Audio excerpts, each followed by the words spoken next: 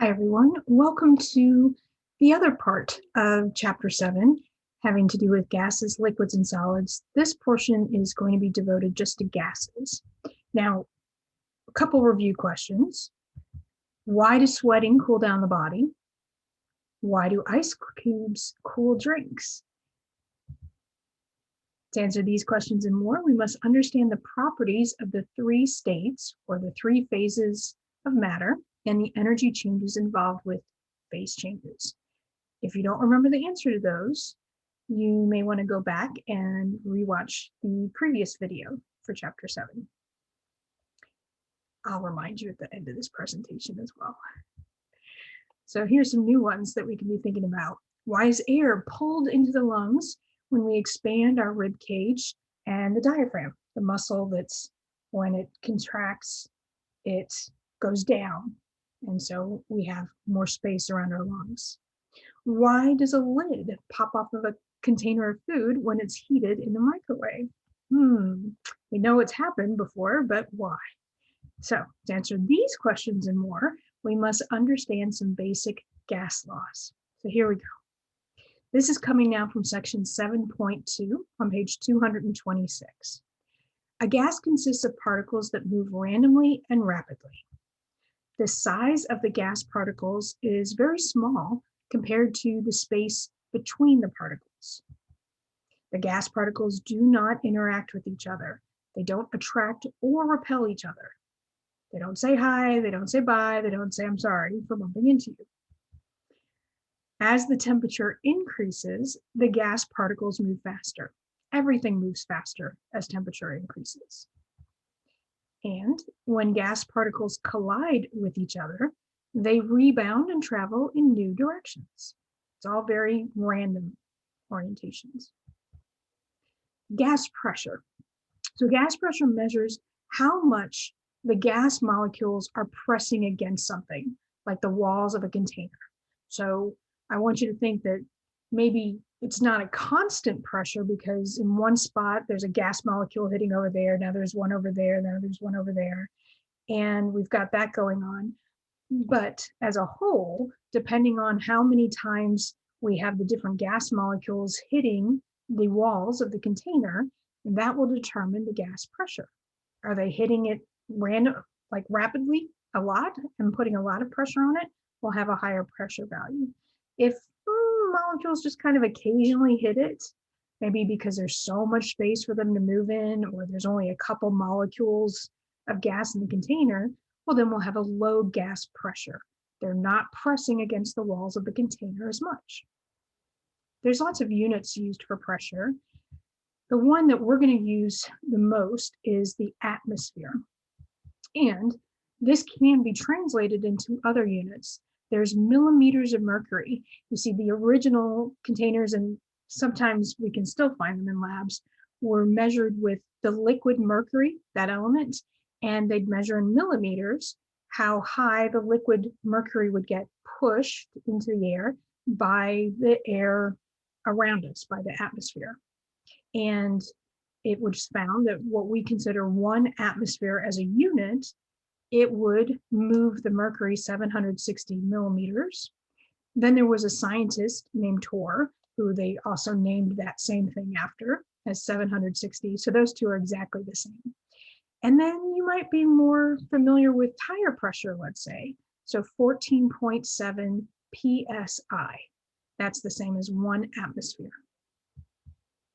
Two most common units in science, though, are going to be atmospheres and millimeters of mercury. The air pressure at sea level is 1 atmosphere. And we, I believe, are just slightly higher than that. So we're pretty much at 1 atmosphere here. We'll talk about what happens when you go to higher and to lower elevations. Elevation means how, like taking an elevator, how high you've gone above sea level. Millimeters of mercury, this one gets used more with blood pressure values. And our pounds per square inch is going to be the one used in the United States for something such as tire pressure. Higher altitudes have a lower pressure, and that's because there is less air above you. Lower altitudes have a higher pressure. There are more atmospheric molecules pressing down on you. You see, in outer space, it's mostly what we consider a vacuum. Now, let me teach you that word vacuum. It's not like the vacuum that you zoom, zoom, zoom around your house that's pulling air in. In science, a vacuum is a space where they have vacuumed out all the air molecules that are in there. So it's something that's completely empty. And while scientists are learning more and more about what's out in outer space, beyond our atmosphere, they still, as of now, still feel that it's pretty much an empty space. It's a vacuum. You occasionally bump into some hydrogen atoms, for example. And I recently heard that there's maybe some of those carbon, a form of carbon out there. But for the most part, it's empty space. Then you start hitting the atmosphere and you start looking at how many molecules of air and so forth are up there. And it's not as much up there that's pressing down when you're at the top of a mountain, let's say. But as you come down, obviously there's more and more gas molecules all combining to press down on you. And so at sea level, they say that that quantity of air pressure that's pushing down on you is 1 atmosphere. Then as we go down underwater, you can imagine that now you have all the water pressure accumulating above you and pressing down. So farther and farther down in the ocean you go, the more pressure, and this is why submarines can become like soda cans that are empty. You just press in from the outside and the whole thing collapses. The technology having expanded to allow people to go farther and farther in submarines underwater, a lot of that has to do with not allowing the higher pressure down below to press in and collapse the container that the humans are in. So there you go. Make sure you understand why we have lower pressure at higher altitudes. In fact, the reason why people who climb mountains, why they need oxygen tanks is because there's fewer molecules of oxygen up high. So not only our air that we're breathing in is about 77% nitrogen gas, and then there's some molecules of oxygen gas, teeny bit of carbon dioxide, a little bit of argon, that noble gas. And if there's fewer molecules of this mixture, of this solution around us, then every breath we take in has fewer molecules of oxygen that our bodies need to survive. If you go climbing up high in the mountains, you're going to eventually need a mask with some oxygen going through so that your cells have enough to live with. The reason why people have to make base camp at really high mountains like Mount Everest is because their bodies, in their blood, the red blood cells carry oxygen throughout the body. Their body has to make more red blood cells so that every single molecule of oxygen that they breathe in can make it and be collected by those extra red blood cells to get throughout the body. They have to try to, it's called acclimate to the fact that there's fewer molecules of air up there in every breath they take. Your ears pop. That's another thing that's going on. As we go up to higher elevations, now the air pressure that's coming in against our eardrums and our inner ear, it's different than when we were lower on down in the mountains. Same in airplanes. They try to equalize the pressure inside the airplane versus outside, but they have to do something to take into account that at the higher altitudes, there's lower pressure, lower air pressure against our eardrums or against balloons, all of that stuff. Okay, so here we go. Gas laws that relate pressure, volume, and temperature. A few scientists way long ago, let me move my image of my face. All right. A few scientists created a set of gas laws to predict the way gases would behave under different conditions. And by different conditions, I mean at different temperatures, at different pressures, and different volumes. And remember, volume, that's just the amount of space that our gases are going to take up. And remember that the gases, they expand to fill whatever container they're in.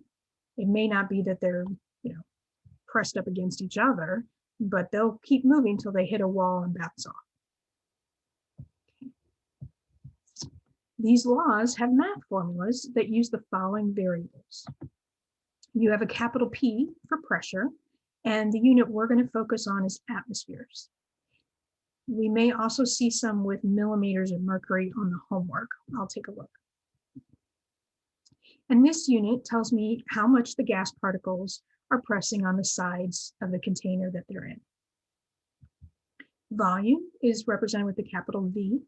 This unit is typically liters with a capital L, and that's the space that the gas occupies. It's going to be the volume or the size of the container. And T stands for temperature. Now this one's very special. The unit that we use for temperature with gas laws is always Kelvin. You can't use degrees Celsius, you can't use degrees Fahrenheit.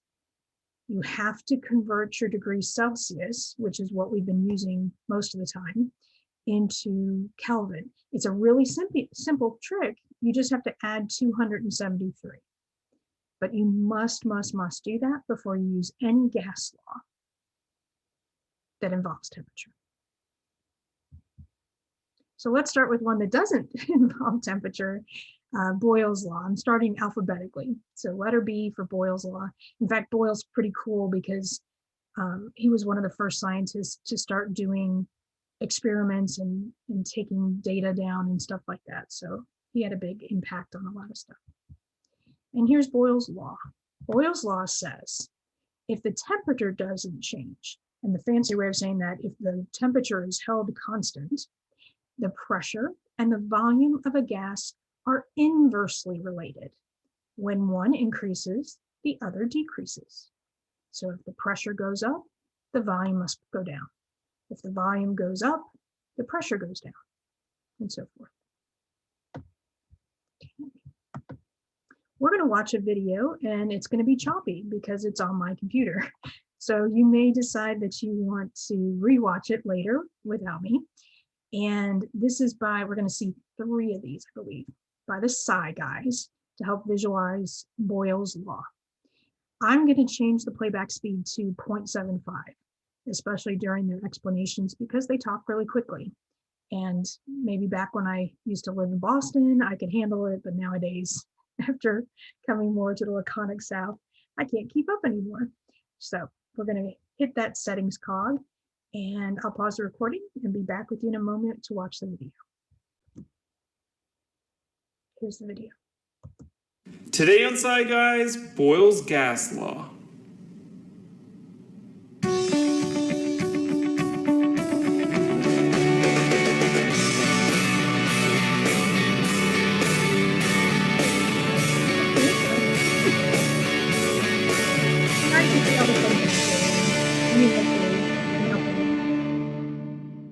Welcome to Sci Guys. I'm Ryan. And I'm Mark. And today we'll be starting our 3-part series on the laws of gases. Today's episode, Boyle's Law. Under pressure. Once again, you see why I'm not the only really Shazam it, it'll know. Boyle's Law states that in a closed system, pressure and volume are inversely proportional. What that means is that as pressure increases, volume would decrease, and vice versa. The only equipment you're going to need for this episode includes a large syringe that you can get at a medical supply store or drugstore, and water balloons, which we found to work well because of their small size. Although we're not dealing with anything hazardous in this episode, it's never a bad idea to wear some eye protection and a lab coat or apron. The first step in our experiment is to blow up our water balloon. Which can be hard. Have you ever tried to blow up a Keep in water mind balloon? how large it is, as it still has to fit inside the syringe. Once you have it to a good size, just tie it off, like so, and you're ready to go. The next step in our experiment is take your small balloon in your large syringe and drop the balloon inside the syringe and place the plunger on the end. For our first test, place the plunger at the highest point in the syringe and cover the bottom opening with your finger. Next, press the plunger down and watch as the balloon shrinks in size. Remove your finger from the bottom of the syringe to release the pressure. For the second test of our experiment, we're going to place the plunger at the lowest point it can be without touching the balloon. Once again, place your finger over the opening in the bottom of the syringe and pull the plunger upwards. Watch as the balloon increases in size. To release the pressure, remove your finger from the opening in the syringe. Cool. Let's look at this experiment a little closer. Boyle's gas law states that when a fixed amount or mass of an ideal gas is kept at a constant temperature and in a closed system, then its pressure and volume are inversely proportional. What this means is, when pressure increases, volume decreases, and as pressure decreases, volume increases. Now, I'll be honest with you. For me, it's easier to think of it the other way. For example, they made the pressure increase by decreasing the volume. And then when they pulled back out again, they were increasing the volume. And as a result, the pressure decreased. So again, I find it easier to think in terms of the space changing and then that having an effect on the pressure. You could theoretically say, if they did something to make the pressure increase, yeah, it's easier for me to do the volume. Okay, so they're going to change the volume. That's going to change the pressure of the gas inside the balloon. And we'll see, well, or even around the balloon, that's going to push into the balloon. An ideal gas is a theoretical gas composed of a set of randomly moving, non-interacting particles. Under normal conditions, many gases such as oxygen, hydrogen, and some heavier gases like carbon dioxide will behave like an ideal gas. This means they follow the laws of ideal gases, such as Boyle's law. And remember that they showed you one atom of the oxygen, but oxygen gas is technically two atoms, O2. And they showed you one atom of hydrogen, but hydrogen gas is two atoms of hydrogen. But the carbon dioxide's heavier because not only is it two oxygen atoms, it has a carbon atom as well.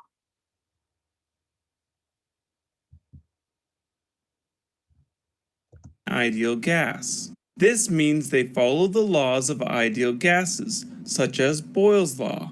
In our experiment, the balloon and syringe are filled with tons of gaseous air molecules. Placing your finger over the opening at the bottom of the syringe keeps the mass of air molecules constant and creates a closed system that will allow us to manipulate the pressure and volume. When we press the plunger down, we are increasing the pressure being placed on the air molecules inside the syringe by reducing its volume. As the pressure increases, the amount of force placed on our air molecules increases and they are forced closer and closer together, decreasing the volume of space that our gas takes up and shrinking the size of our balloon. When we remove our finger from the bottom of the syringe, we release the added pressure and our balloon grows back to its original volume. In the second portion of our experiment, we start with the plunger at the bottom of our syringe, almost touching the balloon. When the plunger is pulled upwards, we are reducing the pressure inside the syringe by increasing the volume of space the air inside takes up.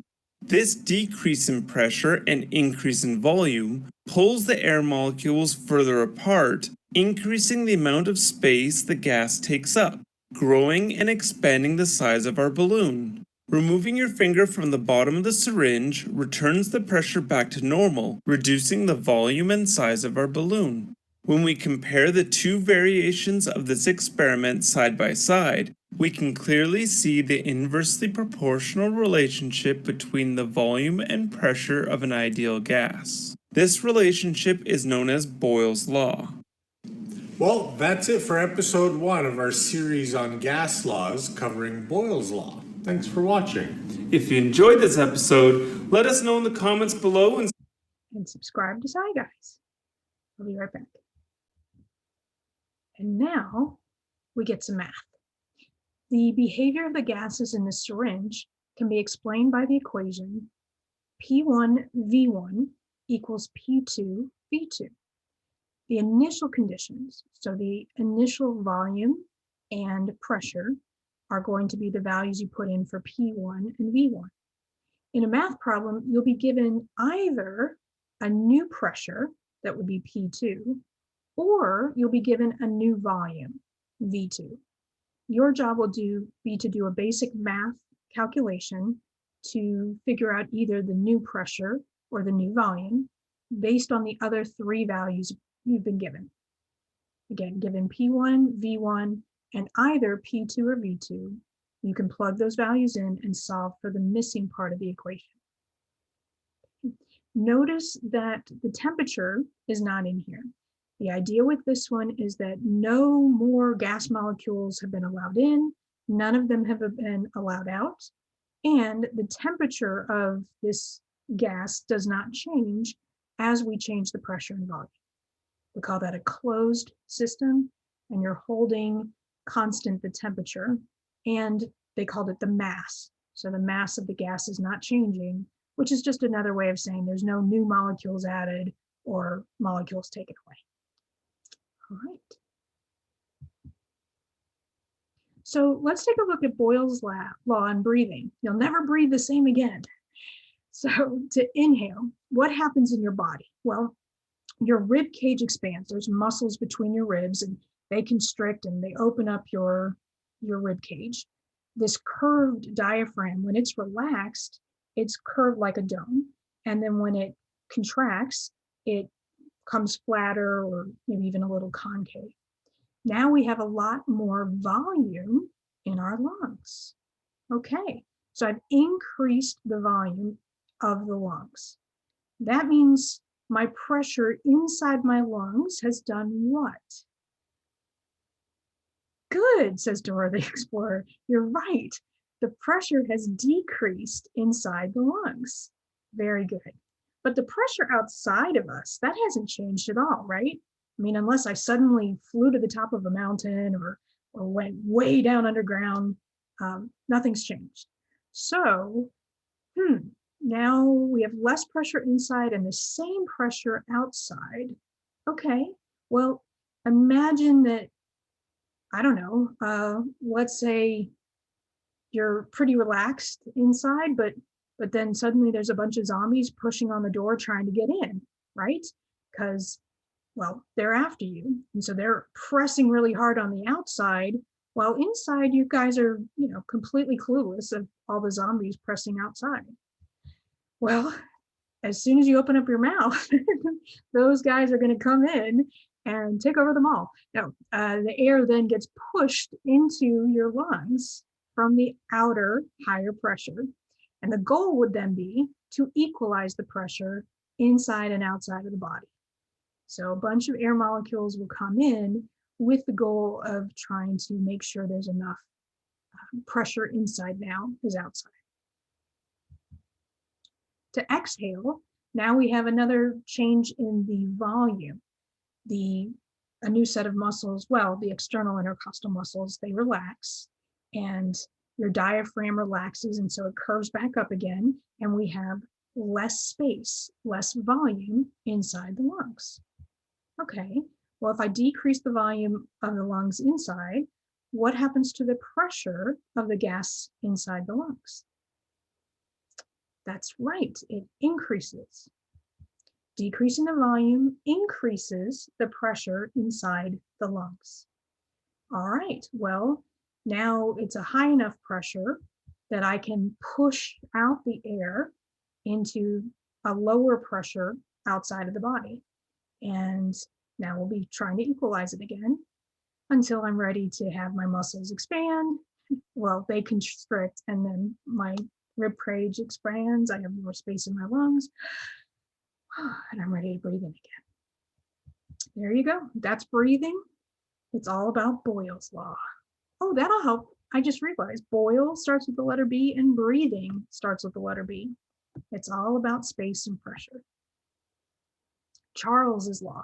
We're to the next letter of the alphabet, letter C. If the pressure is held constant, the volume and the temperature of the gas are directly related. That means if the volume increases, well, I think of it again in another way. If I increase the temperature, the volume will also increase. If I decrease the temperature, the volume will also decrease. Okay, so what have we got for this one? Oh, I've got a diagram for this one. We see on the left-hand side, the volume is 1 liter. The temperature is 200 Kelvin, so we're at negative 73 degrees Celsius, so pretty doggone cold. If we increase the temperature to 400 Kelvin, now we're above boiling point of water. We're pretty doggone high. Now the volume, after doubling the temperature, the volume has also doubled. It's taking up twice the amount of space. And I think we saw this before when we were talking about going from a gas to a liquid, or rather the other way around, from a solid to a liquid to a gas. We talked about increasing the kinetic energy that helped as our molecules were moving faster at higher temperatures, that helped them overcome the forces of attraction and do phase changes. Well, here, this is more just focusing on the gas. He's already a gas, so he's not going to go through a phase change. But given the opportunity, the molecules will still expand. They'll move faster and move farther apart. And in this case, they were allowed to do that. The container was not fixed. So we've seen the volume increase. We're going to watch another video to help us visualize what happens to the volume of a gas when the temperature is changed. Stay tuned. Today on Sci Guys, Charles' Law.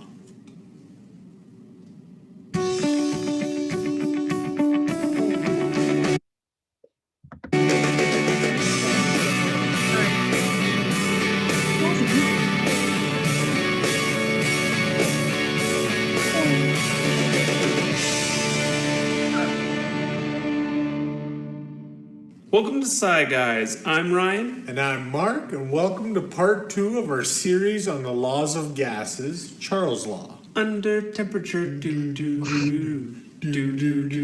that's even worse.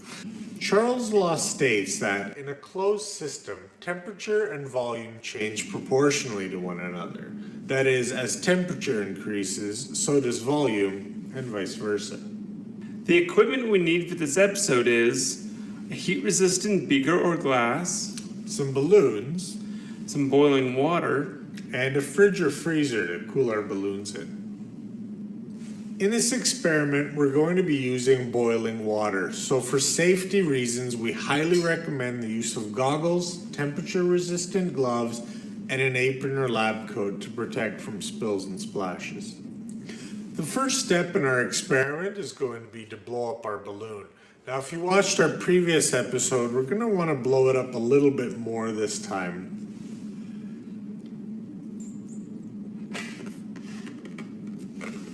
Like so. I'm just going to tie it off like so. So easy.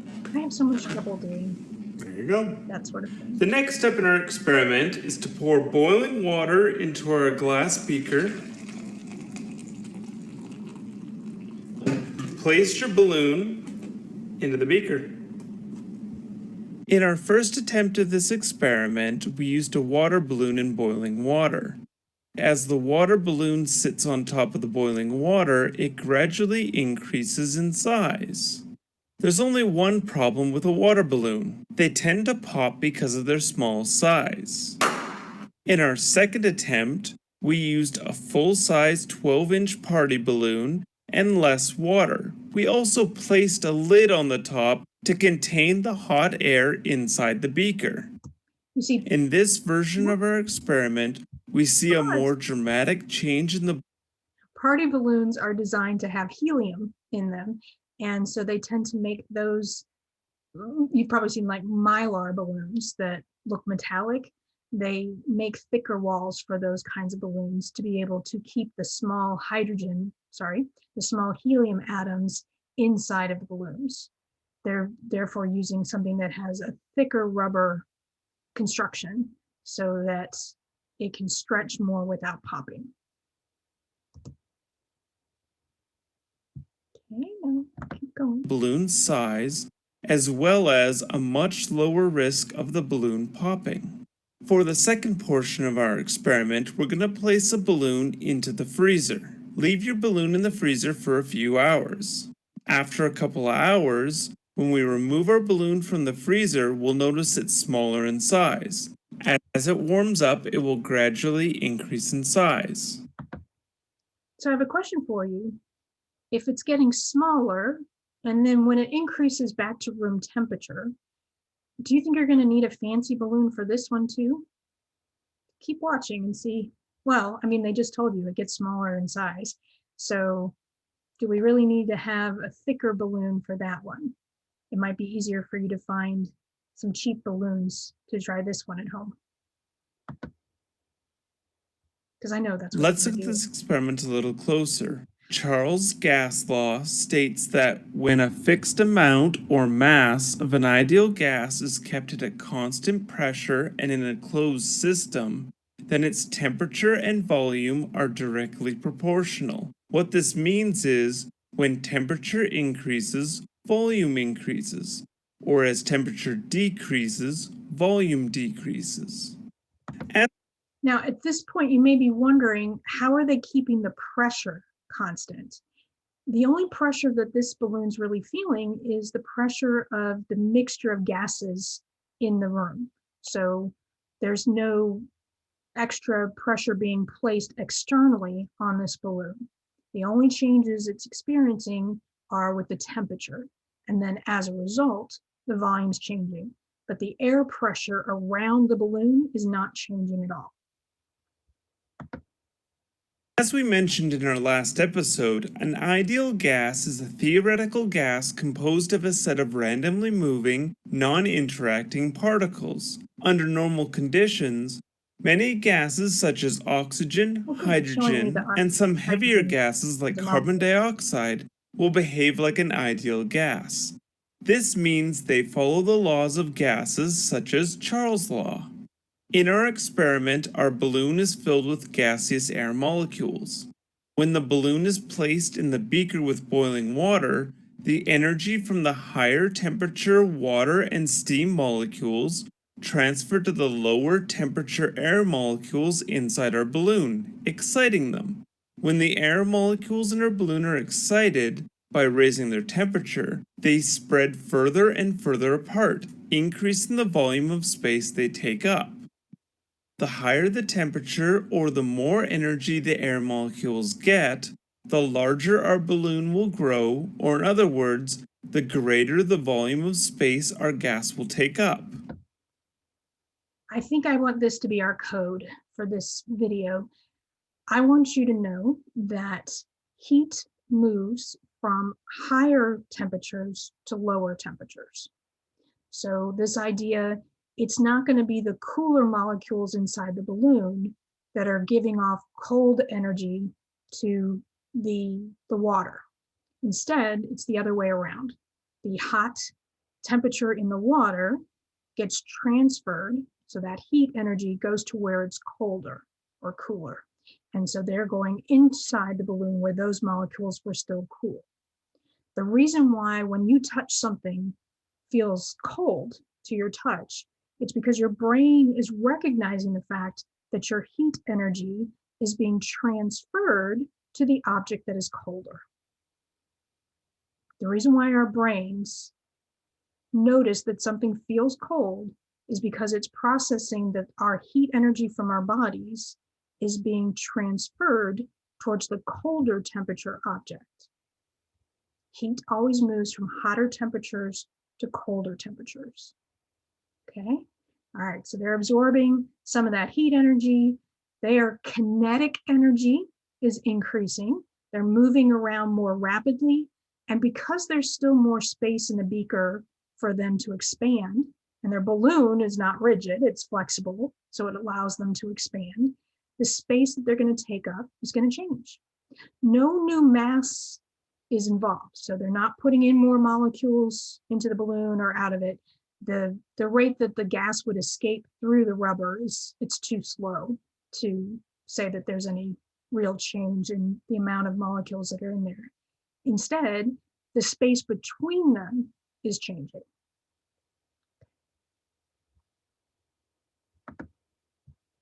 If we remove our balloon from the hot water, the air molecules inside our balloon will gradually lose the energy they've been given, dropping back to room temperature, causing the balloon to shrink in volume back to its original size. In the second portion of our experiment, we place our balloon in a freezer, which causes a transfer of energy in the form of heat from the warmer air molecules inside our balloon into the cold freezer. As the energy is removed from our air molecules, they slow down, drop in temperature, and get closer and closer together, decreasing the volume of space they take up. The colder the air molecules get, the closer together they will be. The way I imagine this is when people are really cold, they huddle together for warmth. That's what these guys are doing. They're all huddling, coming closer together for warmth. And so now they're taking up less space. And of course, as you get hot, you're like, oh gosh, get away from me, move apart. I don't want your body heat coming over to my body heat. And you spread out more. So maybe you can see these little guys all huddling together for warmth when it's cold outside. If the temperature of a gas is lowered low enough, it will go through a change in state from a gas into a liquid. When we remove our balloon from the freezer, the air molecules inside will gradually gain extra energy from the air in the environment, raising its temperature, causing the balloon to increase in volume back to its original size. By changing the temperature of our balloon, we can clearly see the directly proportional relationship between the temperature and volume of an ideal gas. This relationship is known as Charles' Law. Well, that's it for episode 2 of our series on the laws of gases. Thanks for watching. If you enjoyed this episode, let us know in the comments below and subscribe. Trying to remember if I subscribe to these guys. Be right back. All right, now we're going to talk a little bit about math and some more examples with Charles's law. The behavior of the volume being directly proportional to the temperature can be explained by this equation. This is the formula for Charles's law, that whatever the initial volume is divided by the initial temperature, it's going to equal a new volume divided by a new temperature. Once again, you'll be given 3 of these values and asked for something that's missing. So you might be told what the initial volume, the initial temperature, and a new temperature, what those are, and asked for the new volume. Have you ever noticed how it's hotter upstairs in a house than downstairs? Okay, well, the reason for this is based on Charles's law. When a gas takes up more space, it becomes less dense. So it begins to float higher over the gas molecules that are more dense. Remember way back when we did the density lab and we said that, say in a pool or a piece of bread, that if I didn't change the amount of the bread, or if I didn't change any of my body parts, if I was still spread out, or if the bread was still a flat piece of bread, it would float. But if we made it collapse and put it into a ball, either my body or the ball of bread, it would then become more dense and sink. When the mass doesn't change, but the volume changes, the amount of space it takes up, the density changes. Warmer air will rise because the same number of air molecules are, whoops, that's not why, they're over here. Warm air rises because the heated air expands. It takes up more space. That's Charles's law. So its density decreases. It takes up more space. You're dividing by a larger volume and you get a smaller density. My hot air will rise. The same number of air molecules, when it gets colder, they start huddling together, and that has them occupying a smaller number. The density is the mass, which hasn't changed, divided by a smaller volume. More dense means these guys are going to sink, and that helps push up the heated air, and it's less dense, and we get this nice little circulation going. So what happens next? Will the reverse be true? If the temperature decreases, does the volume decrease? If you have a balloon or an empty plastic bottle and cap at home, go ahead and fill it with air, then place it in the freezer. What do you expect to have it happen? And from that video we saw, it said keep it in there for maybe a couple of hours or so. If you check it then, what has happened, and does the result match Charles's law? If it doesn't, then maybe the cap wasn't screwed on properly, or maybe your balloon had a bit of a hole in it or something like that, because we should see it do what we see here and what we saw in the video. It should shrink. How about hot air balloons? Have you ever wondered how hot air balloons work? Well, we've got this flame here inside the basket area, and obviously you have a balloon filled with atmospheric air. So when it starts, you have the air molecules from the air atmosphere pushing on any air molecules that are inside the balloon, and it'll be the same, and it'll be filled up to probably not much, because it's hard for them to be filled and pushing out against the atmosphere. Then they turn on this probably propane flame, and that starts heating up the molecules of air inside the balloon. What happens?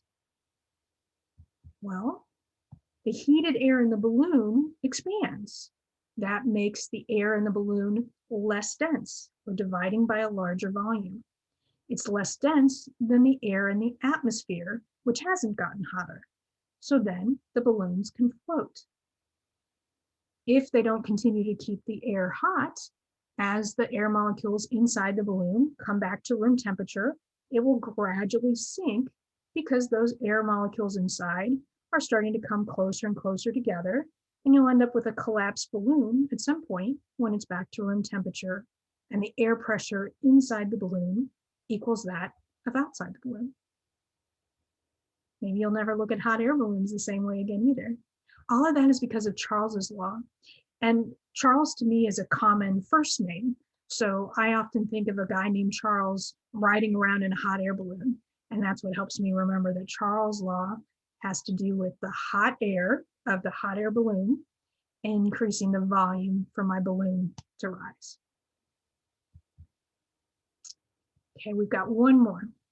This is Gay-Lussac's law. So two, I believe they're both French scientists, came together for this one.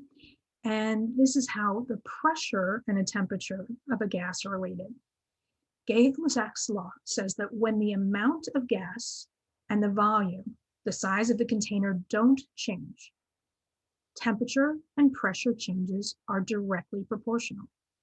Do you remember what it means to be directly proportional? Okay, Charles' law had that same idea. If one of them increases, the other increases too. We're going to watch another video. Guess who's going to be in it? Yeah, it's the Sci Guys. Sure, they'll have some other dorky joke. Here we are with our next video about Gay-Lussac's law. Today on Sci Guys, Gay-Lussac's law.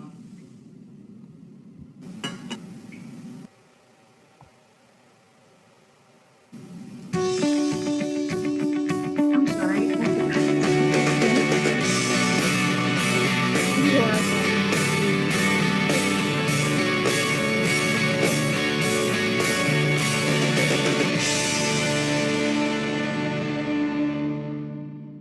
Welcome to Sci Guys. I'm Ryan. And I'm Adam, and today we're doing Gay-Lussac's law of ideal gases. You're not Adam. You're a girl. I thought No, you I'm was Adam. Mark. I'm I get confused. confused with this. Gay-Lussac's law states that the temperature and pressure of an ideal gas are directly proportional. This means that as the temperature increases, the pressure increases, and vice versa. The equipment you're going to need for this episode includes a couple of candles, A beaker or glass, some water in a shallow dish to hold it in, some food coloring. and a butane lighter or matches. Although we're not dealing with anything particularly hazardous in this episode, it's always a good idea to wear an apron or lab coat to protect from spills and splashes. As well as our younger viewers, always make sure to have adult supervision anytime you're dealing with fire. So what we're going to do first is fill our shallow dish with an inch or two of water.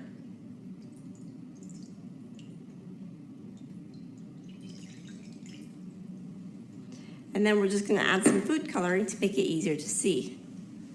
So far, everything at room temperature. If you don't have blue, you can use a different color. The next step in our experiment is to take your two candles, place them in the center of the water, and light them with the butane lighter.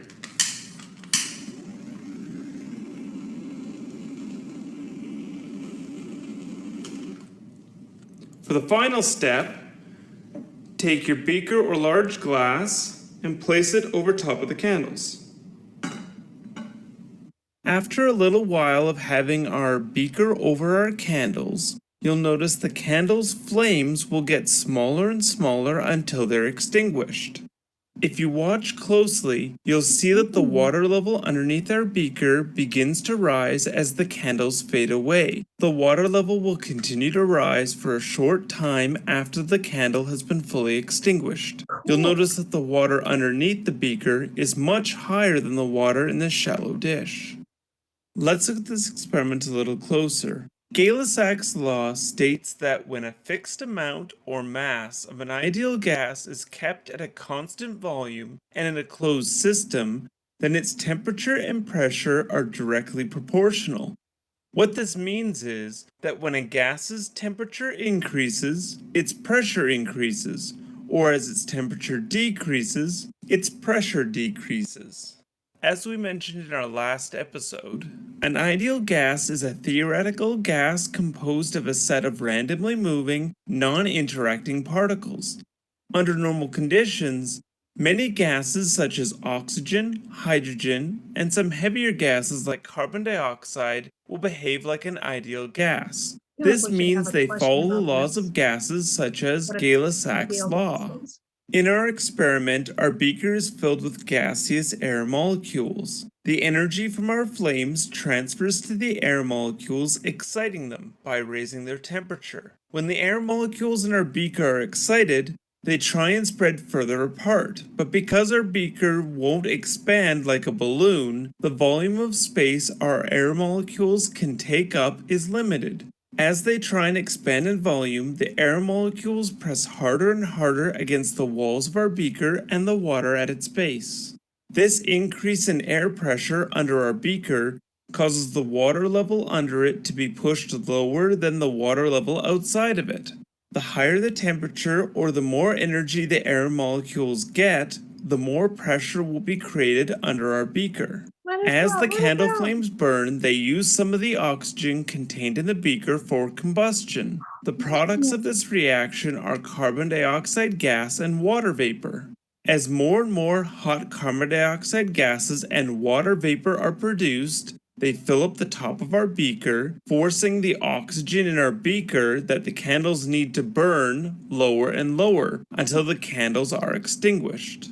Once the flame is extinguished, the air molecules under our beaker begin to cool off, dropping in temperature and losing their excitement. This causes the amount of pressure our air molecules are exerting on the sides of our beaker and the water at its base to drop. As the pressure drops, the air under our beaker wants to be equal to the pressure outside of our beaker. This need for balance causes a pull on the sides of the beaker and the water at its base. Because it's much easier to pull water into our beaker than it is to collapse the sides of our beaker, the water in our shallow container is pulled into our beaker, raising the water level under the beaker, equalizing its pressure. By changing So let's make sure you see what happened there. It's almost like at the end, see, at this point, we are now at Boyle's law in a way, aren't we? Because what we're seeing is the water molecules are filling up my container. They're decreasing the amount of space that all these carbon dioxide and gas molecules and oxygen molecules, they have less space now because the water has partially filled up the container. Well, as the volume decreases, the pressure increases. The goal now is to get the pressure inside of our beaker to equal the pressure outside of it. We're trying to get them, to be equal again. So it's filling up with the liquid, and one second. Okay, so we've hit a point after they've cooled down that we have a lower pressure inside the beaker than outside. To make the inner pressure increase again to match the outside pressure, the temperature is about the same now, but we need a smaller volume to make it go back. So the water's filling up the beaker, decreasing the amount of space and increasing the pressure to try to equalize it. And that's how we get this cool effect of the water going up much higher inside the beaker and dropping the outer level of the water.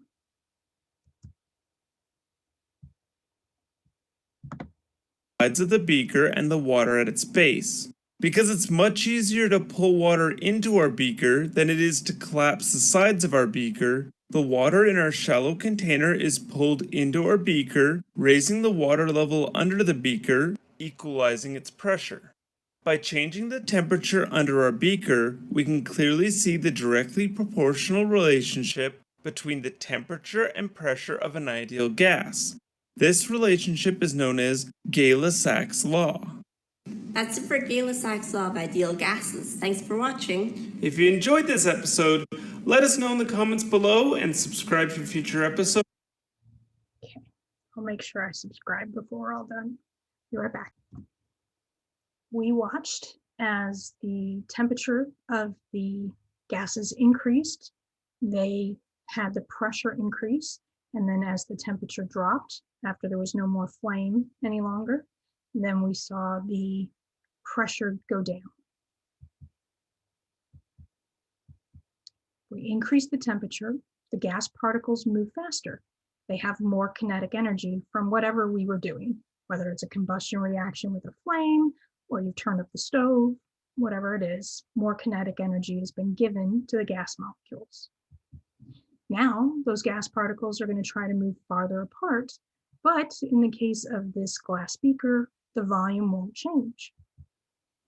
The gas pressure value goes up. This behavior can be explained by this equation. It looks a lot like Charles's law, only we have pressure over the temperature instead of volume over the temperature. My volume's not changing, and the amount of the gas is not changing.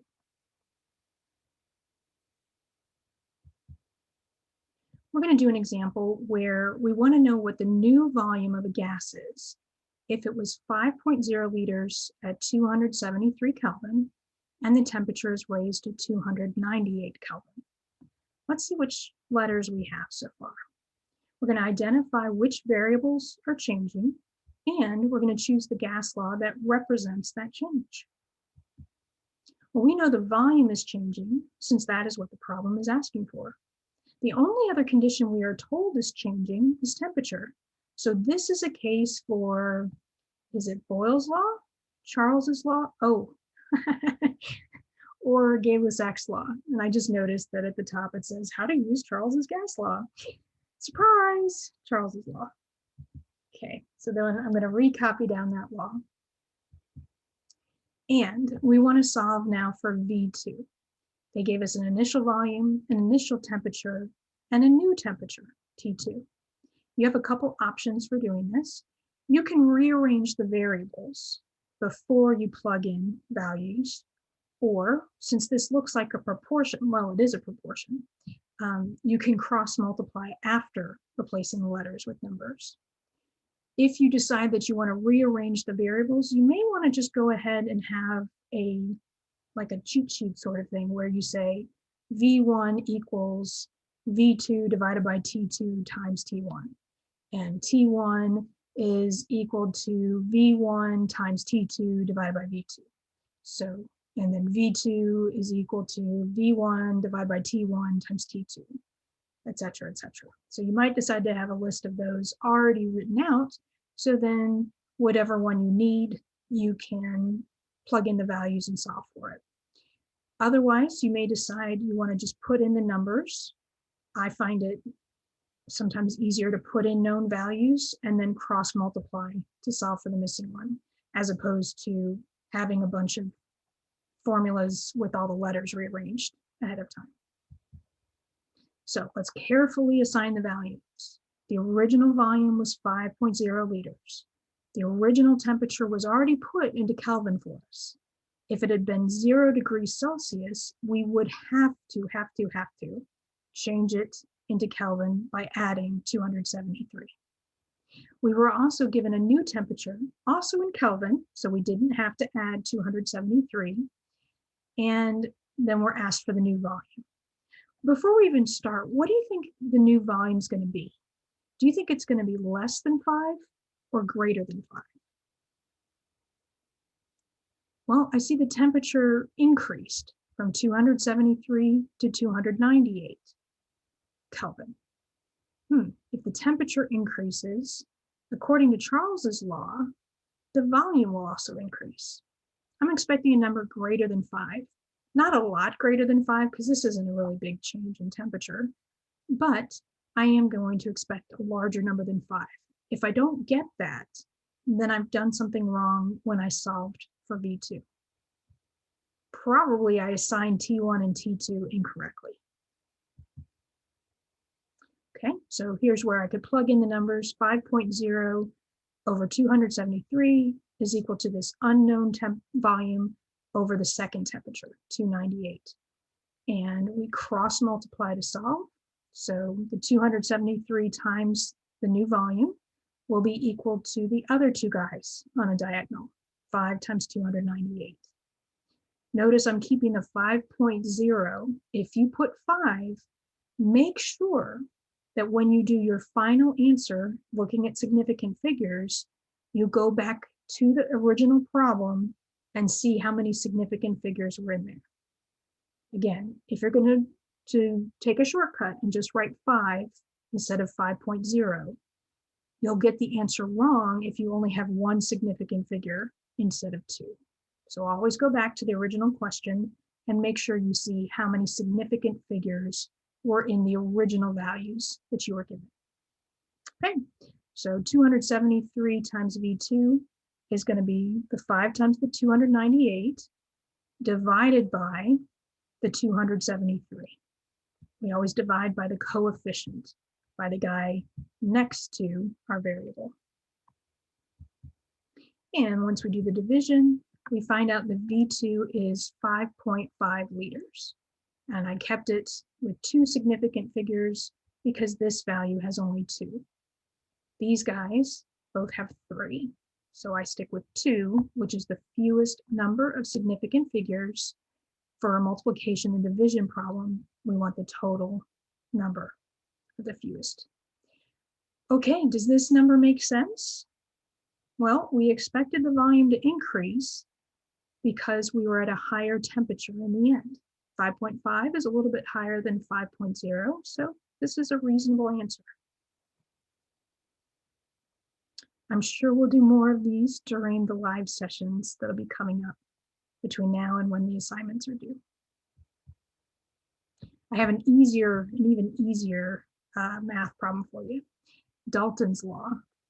Dalton, gosh, this is the same Dalton that we talked about way back in chapter 2 when we talked about that scientist John Dalton, who came up with the idea of atoms and talked about how we could get down to these smallest particles where if I broke those apart now, we don't have anything unique about the different elements.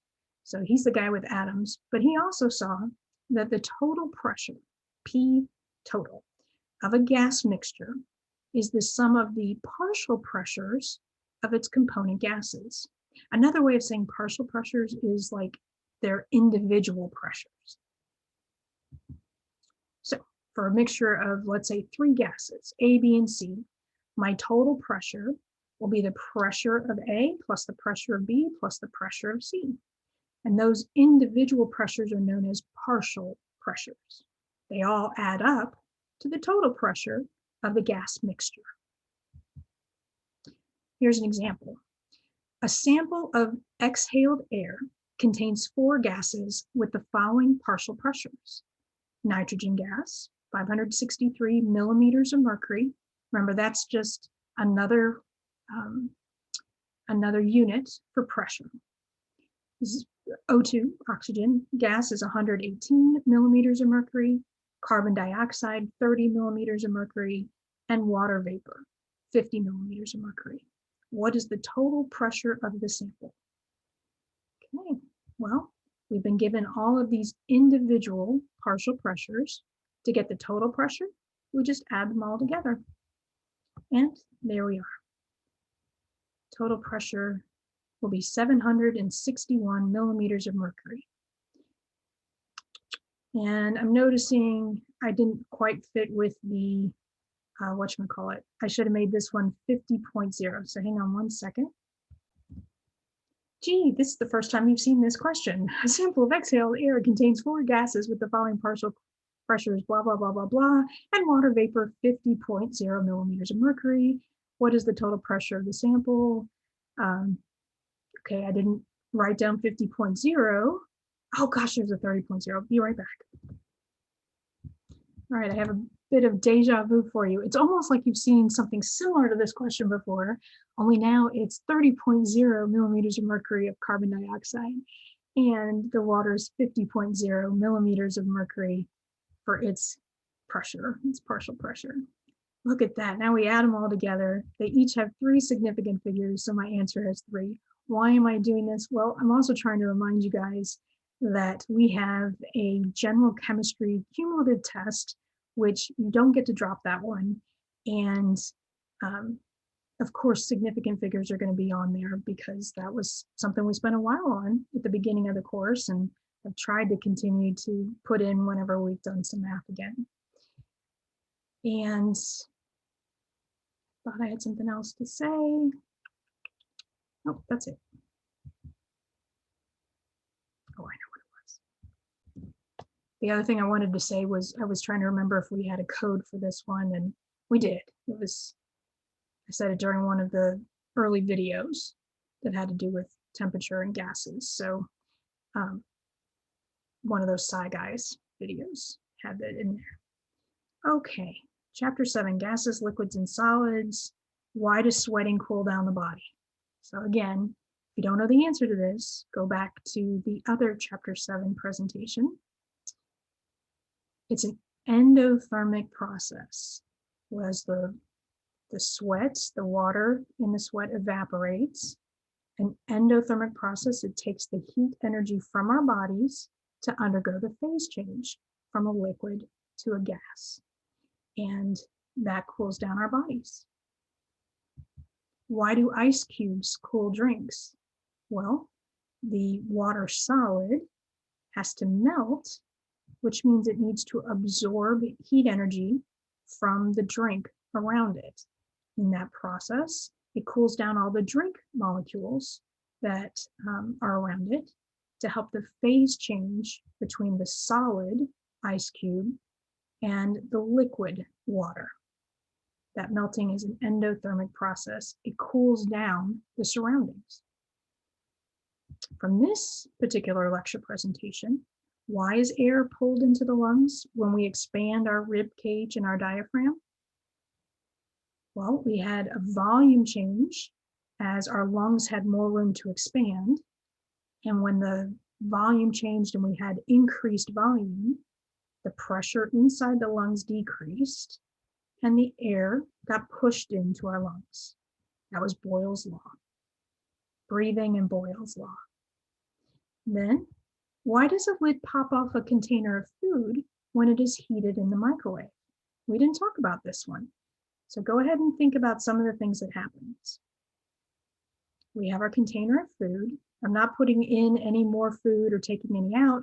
I'm also not putting in any more air molecules in it or taking any out. My volume is going to be held constant. Okay, so as the temperature increases, the pressure also increases. Those gas molecules inside the container of food are trying to expand. They want their volume to increase. Instead, they're just boom, boom, boom, boom, boom, banging on the surface, the lid of that container. And eventually it gets to a point where if we keep raising the temperature, they're going to go poosh, and they're going to pop off that lid of the container as the temperature went up in the microwave. So there you go. That's good old Gay-Lussac's law. Pressure cookers, that's going to come up, I'm sure, in a question somewhere. Pressure cookers work by, that one finally, you have a change in the pressure, and that, as a result, changes the temperature. Pressure cookers cook at a higher pressure because they then are able to increase the temperature hotter than you would expect.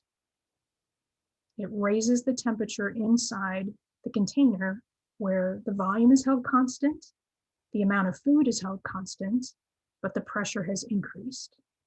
That makes the temperature also increase, hotter than it would normally be. Okay, good old Gay-Lussac's law. Thank you for watching, and I hope you come to some live sessions, especially if you have any difficulty with some of the math or want some of these concepts explained some more. Thanks for watching.